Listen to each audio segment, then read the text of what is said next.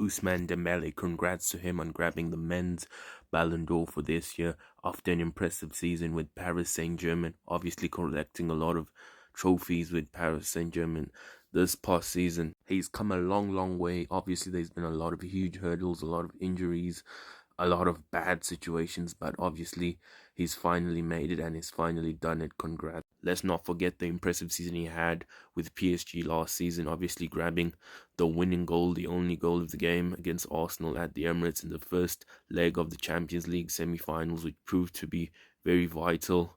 Obviously, they did win in the second leg 2-1, and he did get 33 goals in 49 games, along with 15 assists, and I'm very happy that he did win it. I feel like he was one of the deserved candidates to grab this year's Ballon d'Or. It's not looked proper the past few years, but he's one of the few guys that I think deserved it. Obviously, there's a few other opinions other people have, but I wouldn't mind this. He was PSG's top scorer last year as they won the French Super Cup, the French Cup, the French League, the Champions League, and of course the Super Cup earlier this season.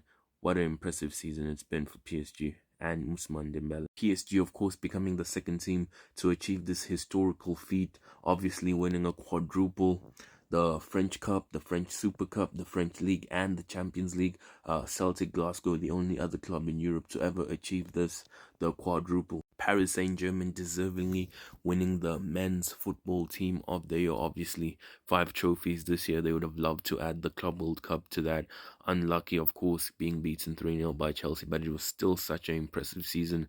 Very historical achievement for them, and it's well deserved. They've been the best team this year. Of course, they were doing so bad in the first half of last season, but they had such a turnaround at the beginning of January. And let's not forget Itania Bonmati winning the women's Ballon d'Or, obviously the 3rd time in a row, right, that she's done, and the 5th time in a row now that Barcelona have achieved this. Let's not forget Donnarumma. Obviously, he went to Manchester City, but he was such a vital part in that quadruple winning Paris Saint-Germain team. Obviously, he was crucial against Arsenal over 2 legs, and let's not forget in the Champions League final, he kept a clean sheet. Arsenal women winning the women's team of the year this year, obviously after beating Barcelona in the Champions League final, which was very impressive. They were underdogs in that game, but they still came on top. Lamine Yamal is this year's Copa's men's trophy. Donnarumma is this year's Yassin trophy. Vicky Lopez is the women's Copa trophy winner. Iwa Puyo is the women's Gert Muller trophy. Victor Gyökeres is the Gert Muller